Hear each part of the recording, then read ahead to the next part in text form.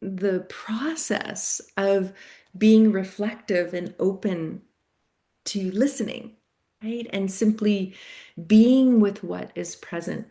And I struggled with that for a long time, with contemplating, that awareness of stopping, especially because the second sutra is Yoga Chitta Vritti Nirodha. Right? Yoga Chitta Vritti Nirodha in the sutras is yoga is about consciousness, right? The sum of consciousness, which we'll break down next week a little bit more. And Nirodha, right? Suspending, stopping, quieting the vrittis of the mind. So the thought patterns of the mind. And it's interesting to think about that. Lindsay. Just piggybacking on that thought too, to kind of untangle my thoughts on that. I think that is part of maybe the challenge is kind of uncoupling this idea of results from the meditative process, right? Like particularly when I feel most sort of called to it when I'm in a very agitated state of mind, and then you're kind of looking for like a quick relief, you know? And in when it's not quick or when it's not sort of coming easy, that can create more agitation. And it is hard if you struggle a little bit with having compassion, self-compassion. That is, if you already have that as like a challenge, it's like Yeah. it's a process. Yes, it's a practice. But And it's it's a not an easy process one. of a practice as It's a well, process of right? a practice. Absolutely true.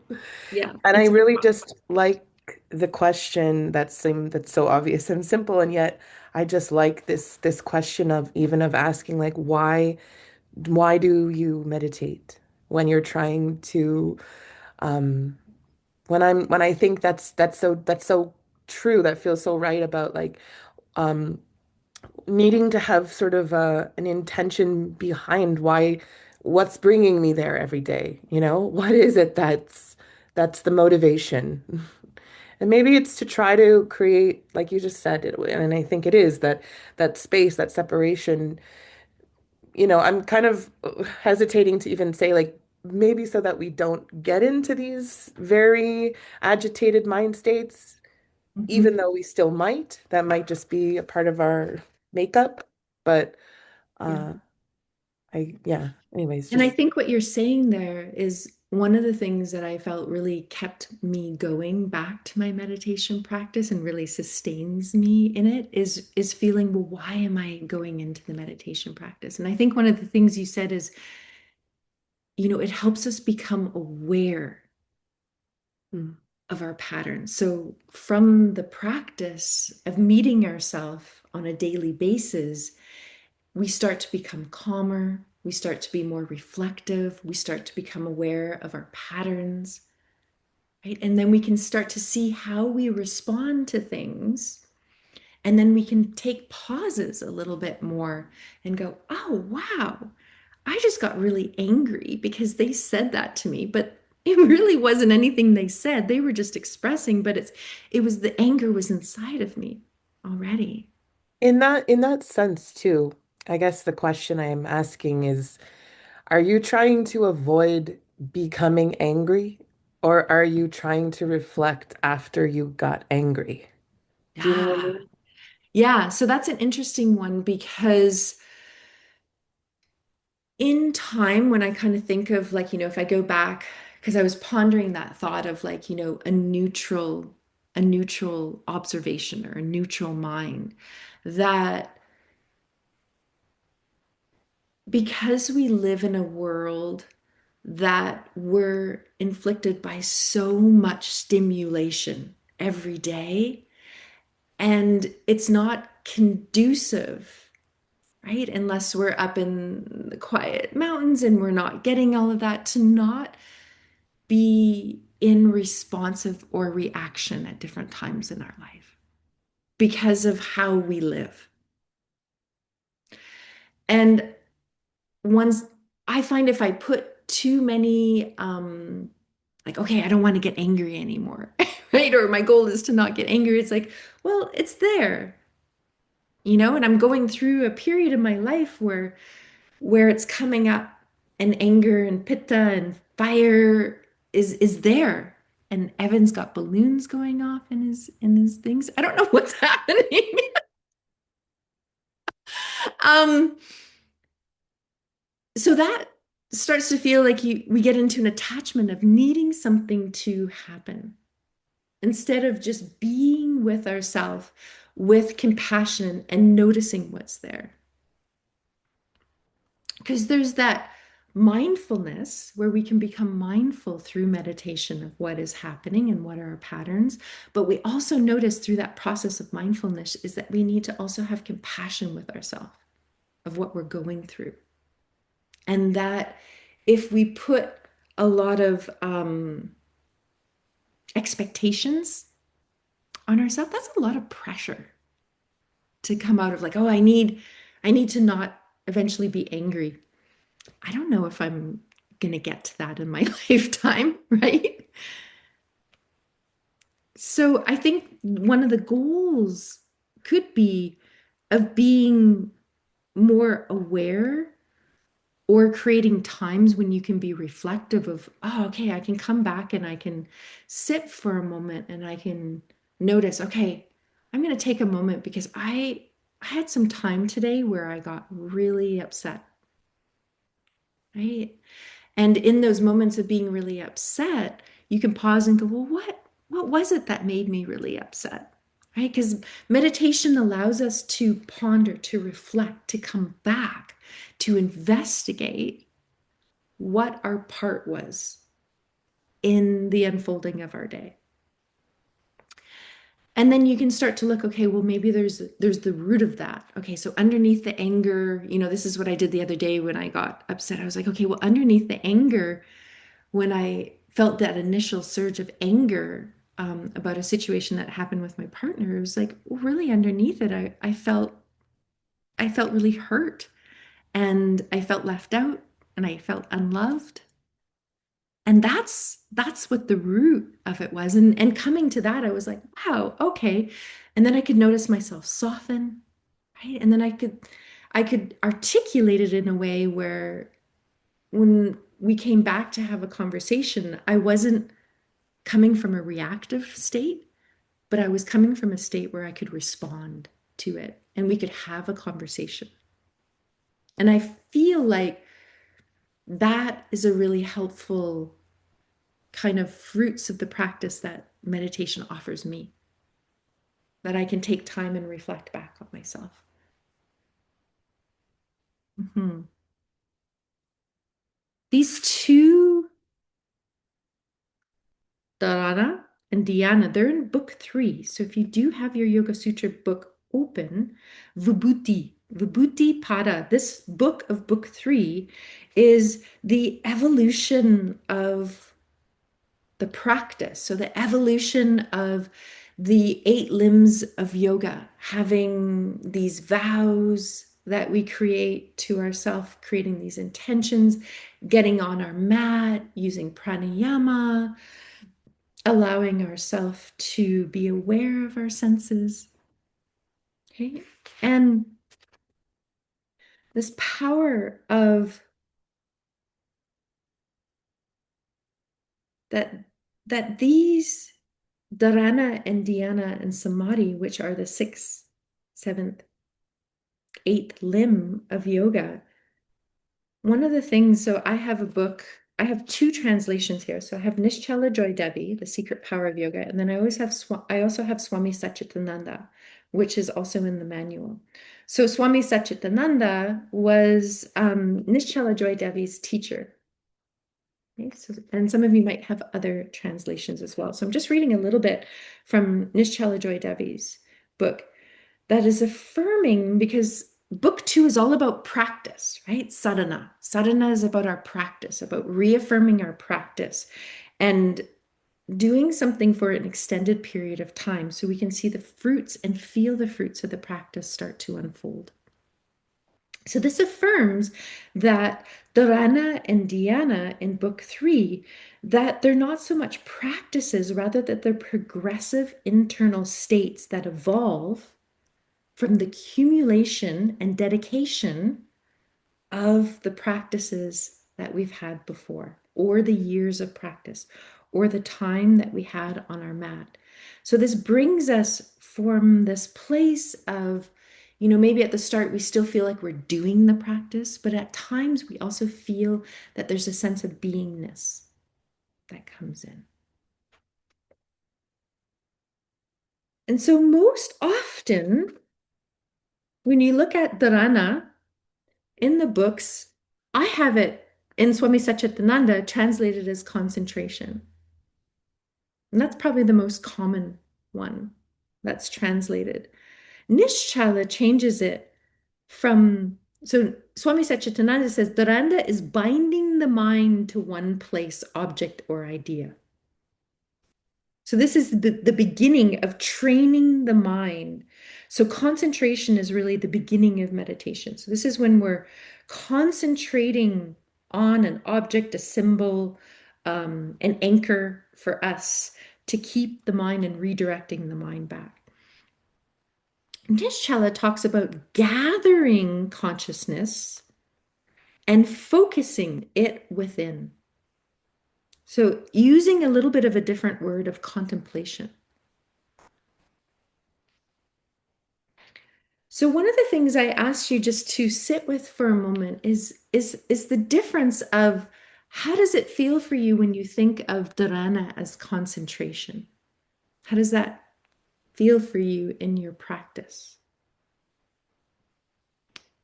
And does the language of shifting it slightly move you towards more of an easeful practice? Because one of the things, and I'll come to you in a minute, Lori, that I really love this changing of a language. And when we change a language, we can change a perspective about it. So instead of thinking that we're sitting here and we're concentrating, that we can come into changing from concentration, this intense focusing of the mind. And when I think of concentrating, I don't know, I get a really tightness in my brow. I get a lot of tightness in my face and my eyes. There's a sense that I'm trying to do meditation. So really deep focusing. I feel my body become tense and my breath becomes a little bit irregular as well. But when we think of dharana more as contemplation, it brings more of an easeful awareness that allows consciousness to flow back to the source of our focus of the meditation. We become a little bit more reflective rather than forceful in our meditation practice. Lori.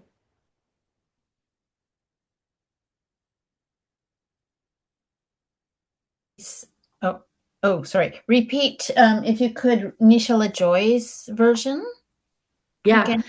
yeah. So Nischala talks about gathering consciousness and focusing it within is dharana. So contemplation.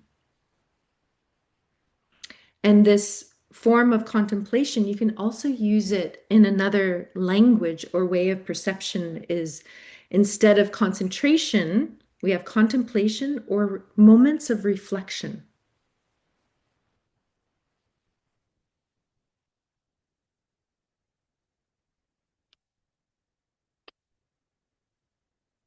And then we're not forcing ourselves into a practice.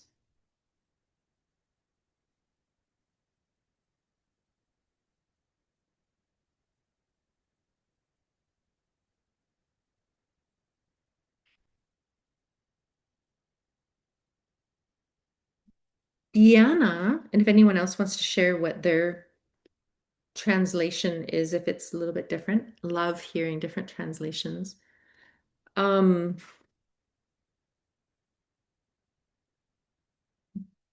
One thing in just this awareness of going from dharana to dhyana. So when dharana is when the continuous flow of consciousness is on our object or state of awareness. And we're in that state of awareness. So there's a transportation to this place of being. So we're no longer doing meditation, we're being in meditation.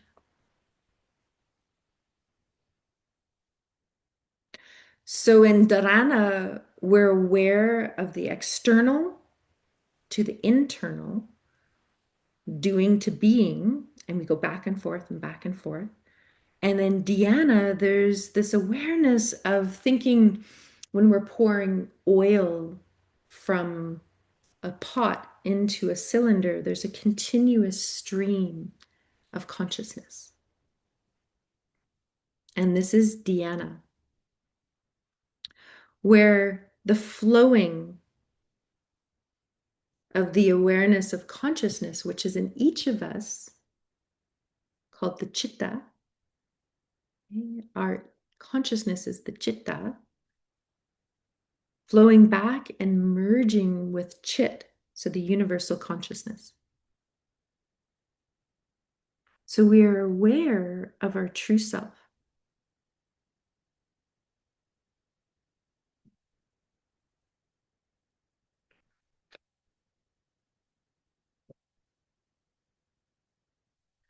One thing that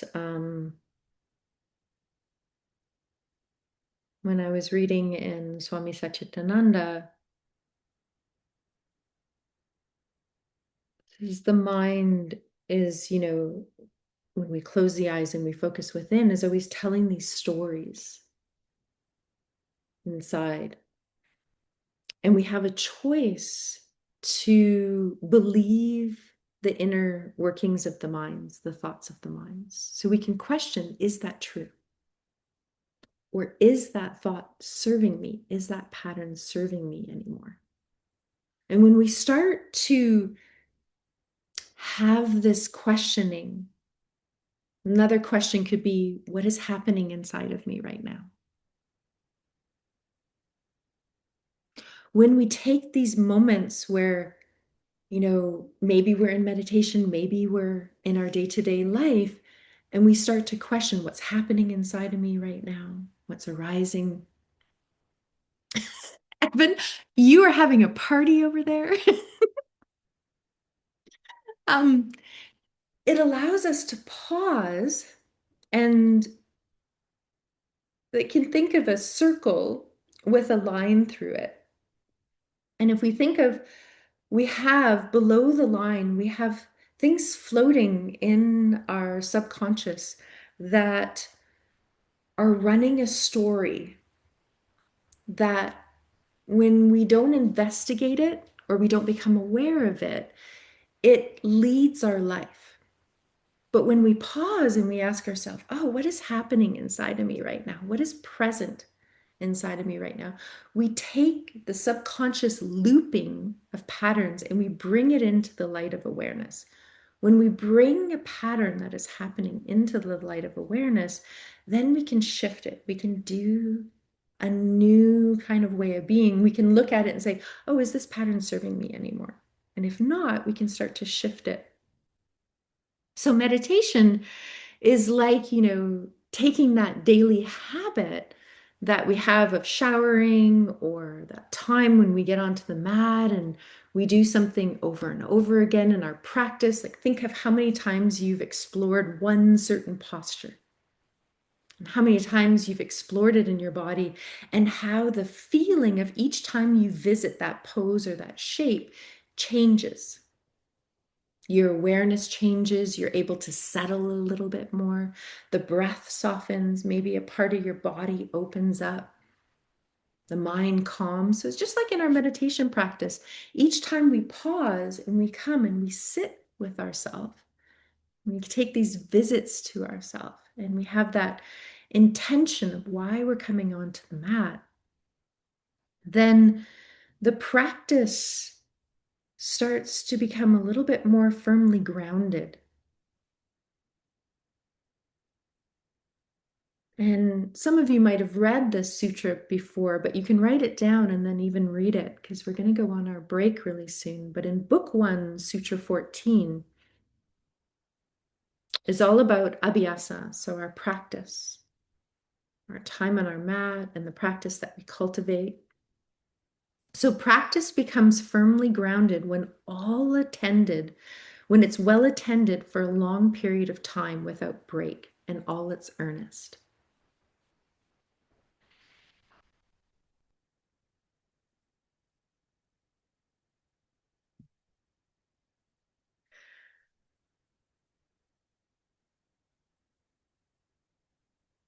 So in this process of, we're creating space so that we're training the mind and we're saying, hey, mind, I'd like you to have a little bit more focus. I'd like you to come back and focus here. And so each time we have that, when the mind's running around and it's getting into thoughts, we pause and we go, oh, I'm in a thought. Hey, we give compassion to ourselves. We bring it back. Okay, my focus today is on my breath or it's on a mantra. So then you come back and you use that gentle compassion and you're just slowly, kind of teaching the mind, almost like how you teach a dog, right? You train it and you train it and you train it. And eventually all of that training, that time you spent with the mind, the time you spent in meditation, slowly starts to show the fruits of the practice. And then we start to see the benefits. In one of the videos, I think it was the second one, how it defined meditation, which I thought was really beautiful, is that it said one thing: one can sit with the eyes closed and do many things. You guys remember that video? It says meditation, you cannot do meditation because meditation is a quality. And I thought that was one line that really resonated with me, that we cannot do meditation because meditation is a quality. So when we stop pushing, when we stop trying to need a specific outcome to unfold, then we can just be with the unfolding. We can come from more of a compassionate place to ourselves rather than fixating on, okay, I need my meditation to work out in a certain way. And there's a little bit of a gentler approach. And that's one thing that I've noticed over the years is a softening towards my approach of meditation over the years, where I'm not beating myself up, I'm not needing something to happen. Because I don't know about you, but sometimes we have moments where we feel awakened or we have something really transformational happen. And then we start to grasp onto that and go, oh, I want to go back, I want to recreate it. But they're fleeting. And so, we can come back and notice those moments of awakening. And so during the break, I want you just to even think about, has there been moments where you've had these really significant aha moments or moments of calmness in your meditation practice, or an evolution where you felt connected to the higher source or the great mystery or the higher power, or something in your belief system that allowed you to feel whole and connected and aware, spacious? Okay, just think about that for a moment and notice, what was it about that moment that really resonated with you? So we're just going to kind of contemplate that, and we'll come back after we take a little bit of a break and finish off our class. So we're going to break for about 20 minutes and we'll come back then. Have a good time pausing.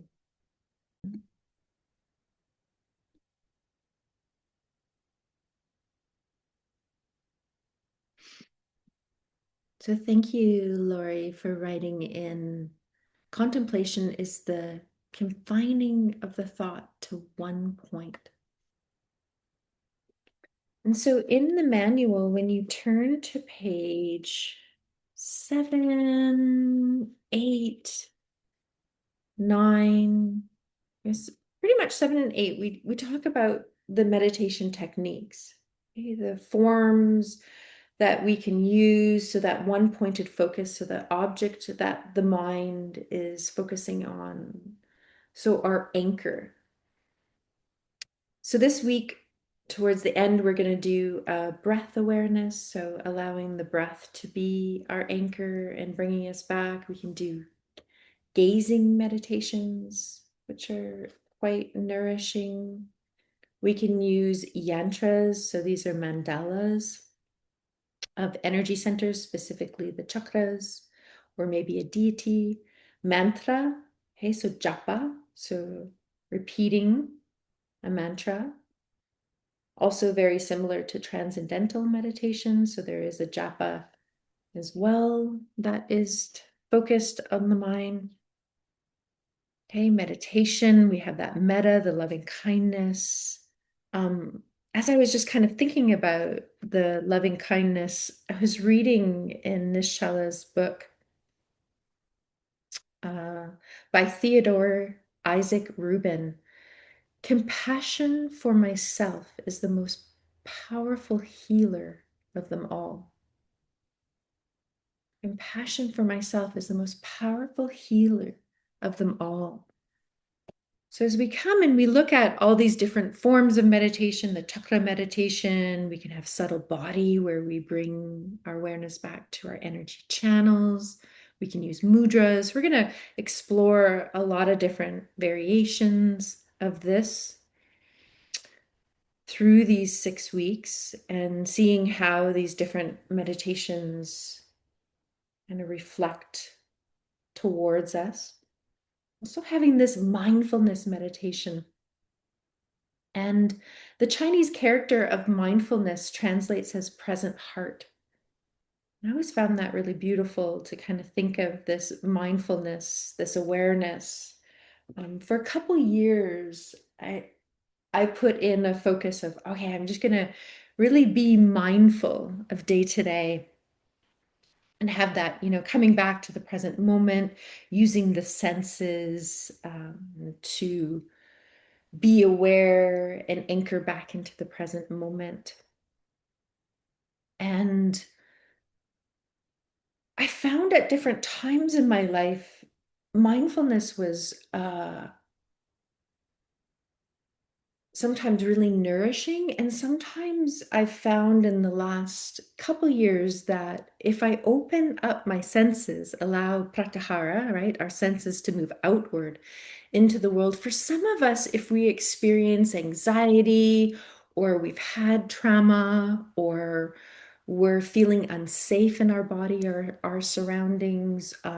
For me, over the last couple of years, I've been healing from a concussion. So a lot of stimulation was too much for me. So just noticing that if we do have ourself or someone that we're working with that is feeling a lot of trauma, that is feeling a lot of stress, even having post-trauma coming up or experiencing a lot of anxiety, being open in this mindfulness meditation of bringing in this sensory awareness of noticing can sometimes be too much. And I've been finding at different times that if I'm in a really stimulating atmosphere, I find all of the senses being ignited can be a lot for myself. And so just kind of noticing this as well when you're working, to always come back to that observation of what's happening to the mind, and then being a witness and then coming back, but also having that non-judgmental, compassionate awareness. I just want to talk one last thing on that self-inquiry. So Atman Vichara. So this is that practices where we investigate, who am I? And there's a couple scripts that I did add up onto Moodle specifically from Ramana Maharshi and Nischala Joy Devi, of some scripts to share of who am I. I can also put some links to the meditations. I did record both those meditations, so I'll check to make sure that they're added in.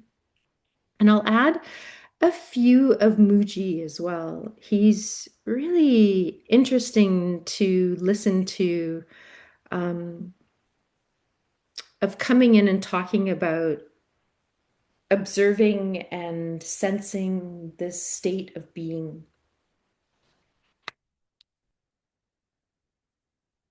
One of the things, and we're going to go into breakout rooms in a little bit, but one of the things that I want you to just open up into your Yoga Sutra books is Sutra 1 in book 1, Sutra 39.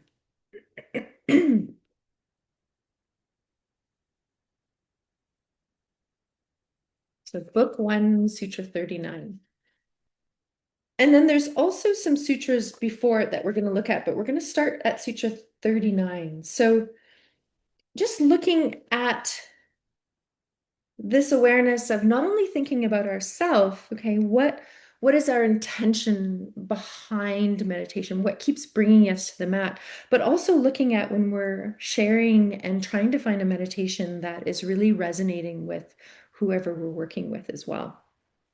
And then the sutra talks about how do we choose a meditation. So by meditating on anything that we choose, that it's elevating.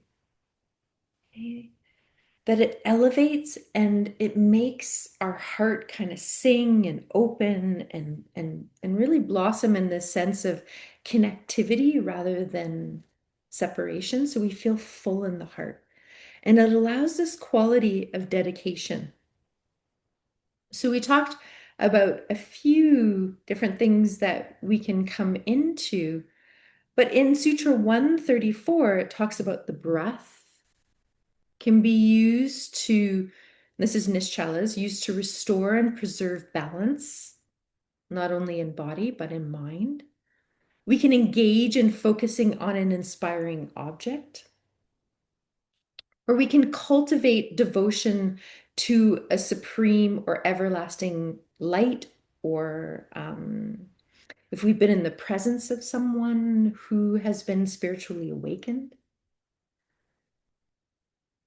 Okay, or we can take a moment to remember, and this was before the break, I asked you to notice, was there a moment in life where maybe you had an awakening, where you felt the body or mind awaken?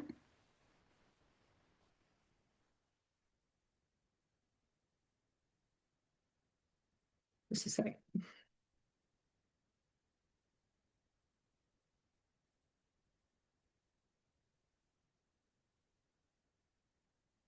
um, so in these moments when we've had maybe a peaceful sleep, or we had an interaction with someone which was really uplifting or rewarding, or we had a really enriching experience or revelation or a dream where maybe there was a message, sometimes we can allow balance to come in when we recognize the feeling or the sensation in that moment. So, not so much about getting into the details, but really about how did I experience? What was the feeling inside of me from that experience? And that feeling, sometimes we can use that feeling or that experience that we had from moments of awakening or connection, or something really meaningful to ourselves as a way to come back to help us remember or help us engrave that intention of why we keep coming to our mat or why we keep coming to a meditation practice is we remember, oh, there was a feeling or a sensation that I had where I felt this sense of connection. I felt this sense of wholeness. I I felt something bigger than my day-to-day living. Okay, so these are moments when we awaken and we feel that they elevate the heart. They expand our heart consciousness. And I'm just going to reference before you go into breakout rooms, and this is in going into the brain waves, and it's on page 10. So we have on page 10, we have the brain waves, right? We have the beta waves where we feel awake, alert, we're engaging. And then the alpha waves where we feel more of a relaxed state. There's a place when we go into this brainwave where we're recharging. Okay? Serotonin gets released. Okay? We feel feelings of calm. Our thoughts start to slow down when we go into deeper states of alpha brainwaves. And then that theta waves where we have deep meditation or light sleep or a REM dream state, okay? Allowing ourselves to come in a little bit deeper. And in that theta wavelength, this is where we can process our thoughts and our emotions, which is really fascinating. So under the Yoga Nidra, it says 1.6.1, it says Yoga Nidra, brainwave shift from beta to alpha. Okay, so in alpha, the mood enhances hormone serotonin. And then from alpha, we continue to transition into deep alpha and then theta brainwaves. Okay, and this is where our thoughts tend to slow down a little bit more. So remember, we're not grasping to create these states, we're just allowing them, we're just being present. And in this state, when we move to the theta brainwaves, we're allowed to process more of our thoughts and our emotions and noticing, is this serving us? So this is that part where I kind of gave you those questions earlier to contemplate, is this thought process serving me, or what is happening inside of me right now? Okay, shining the light of awareness on what's happening. And then we can start to let go of what's no longer serving us. We can start to change a pattern. Well, how would I like to respond? Or what is the root of that action or thought or emotion that came out? And then when we move from those theta waves to the delta waves, we continue to slow down and we have moments of pause where there's just spaciousness.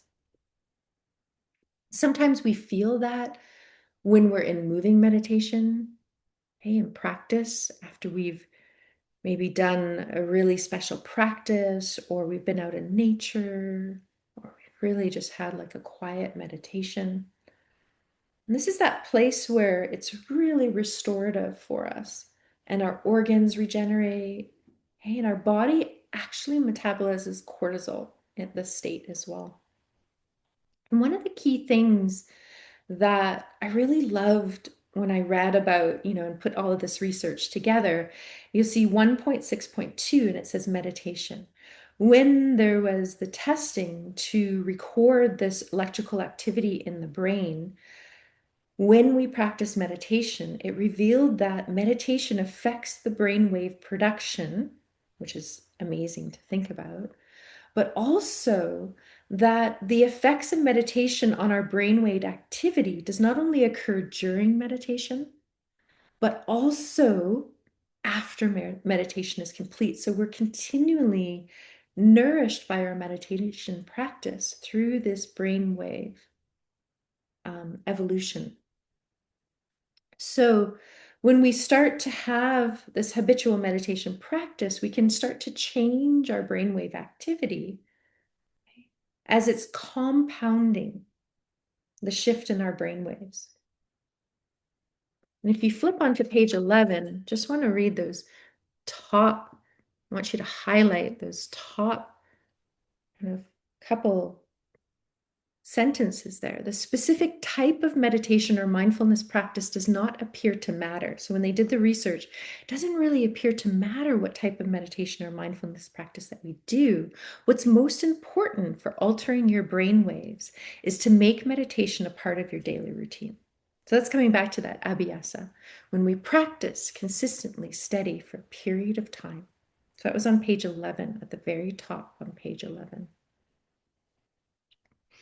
And I just think that that's really interesting, that when we find something, or when we're working with someone that really elevates their heart, or it's an experience or something that we can focus on that creates a quietness slowly and surely in our meditation, or we have moments of quietness, moments of being when we go from that contemplation, concentration to those streams of consciousness of meditation where we're in this open, expansive, quiet state.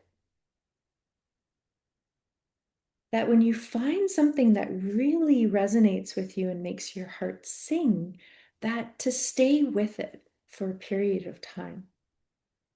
Because the more that we find, when we find something in the body and the mind, when we repeat it over and over and over again, then that's when the magic starts to happen. Okay, that's when the training, that's when that process of shifting can happen in the mind, when we're consistent.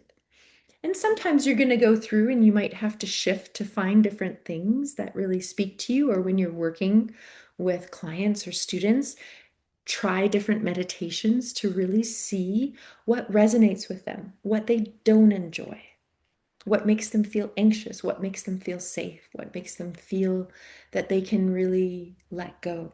So having this knowledge is really important. So when we do go into breakout rooms, having a conversation about, thinking about maybe there was moments when you had an awakening or some kind of feeling or something that helps you move towards creating an intention for yourself, or helping someone else to create an intention for themselves that gets them on their mat for creating that daily habitual meditation practice.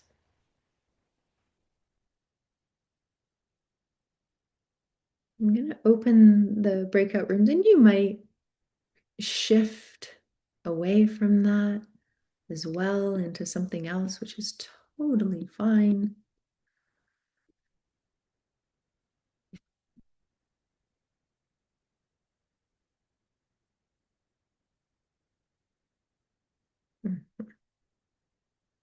Okay, 2 seconds here, just shifting a few things around.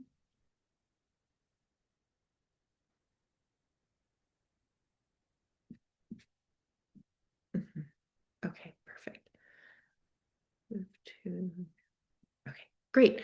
Okay, so I'm going to open the breakout rooms just for you to have time to connect, to talk, to reflect on that little prompting, but anything else that comes up that arises for you. And then we'll come back and see if there's anything that wants to be shared and have a conversation about.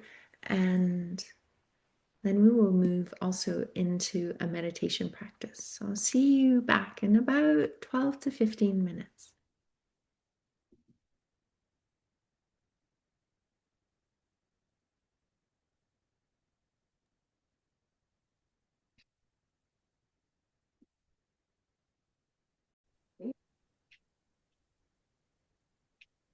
I'm just going to put it in. I need to just making it a little warmer over here. There we go. There we go. You're stuck with me. Yeah. It's so cute, Stephanie. Who are you talking to? Oh, the dog. I'm sorry. I I didn't thought realize so. I I'm was like, you're talking to a pet. Yeah. Sorry, I didn't realize I wasn't on mute. No, it was so cute though. Oh. I love it. There was just this sense of like, this like little compassionate awareness. Okay, so just opening up a spaciousness. If anyone wants to share or reflect, or if there was any questions that came up.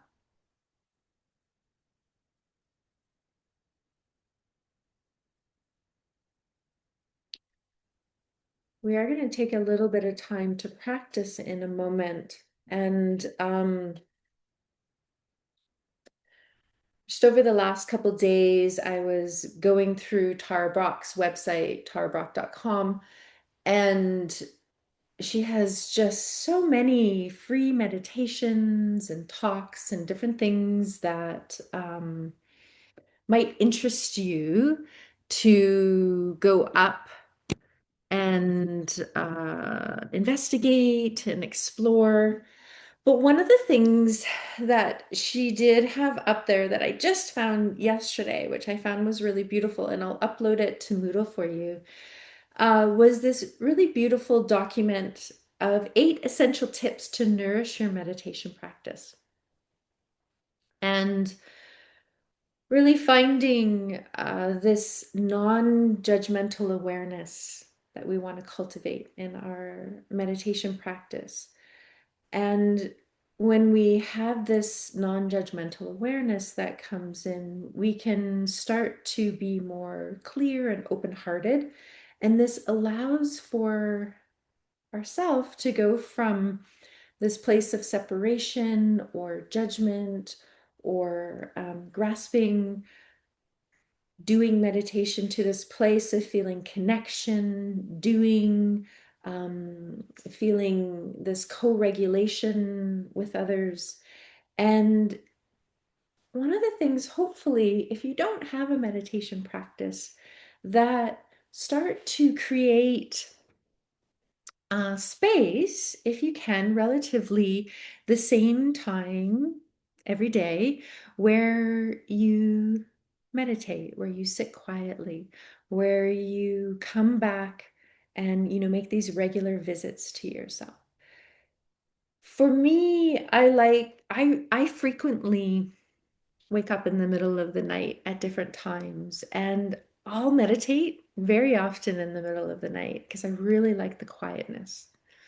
So that's sometimes when I do my meditation practice, is in the middle of the night when I wake up, and maybe if my mind, I can't fall back asleep, I'll just get up and I'll do a meditation practice, which helps to calm my mind, and then I'm able to fall back asleep. One of my other favorite times to meditate is actually right before bed. And I know some of you say you like to do it in the morning. Morning time is really great as well. But it's really about finding space that really resonates for us. And for me, before I go to sleep, I really like to just calm myself, allow myself to move through the day. It takes a little bit of time to sometimes let the body release, to find that rhythm. And then having that intention of your practice. So I just want to read you a little bit about what Tara Brach wrote in Attitude is Everything. I love what she says here. The biggest reason people quit meditation is because they judge themselves for how they're practicing. Please don't turn meditation into a should, another domain of self-critique. Instead, choose to cultivate mindfulness or meditation because you care about living true to your heart. At the start of each sitting, remind yourself of what draws you to meditation. I'm going to share this whole document with you as well. At the start of each sitting, remind yourself of what draws you to meditation. And then set your attention to be kind, accepting, compassionate with however your meditation is going to unfold. So we're going to go into a meditation practice. And one of the things that we, offer up is that compassionate towards self, allowing space for, the allowance of how the meditation is going to unfold. There's no grasping on what we need the outcome to be. And really thinking about how is our posture in it. So we can have walking meditation. You can choose. I sometimes, when I go outside, will also do a standing meditation because I find it really nourishing. So I try to mix up as well different body positions. I love to do standing meditation. When I do a semi-reclined or a lying down meditation, the one of the things about when you get too comfortable in that lying down is falling asleep.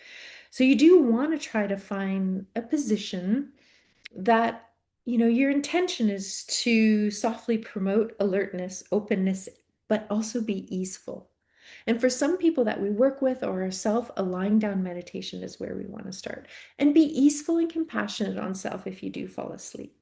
Okay, so I want you to find a place that you're going to take the time to set up your meditation practice. So I'm going to put in an earbud.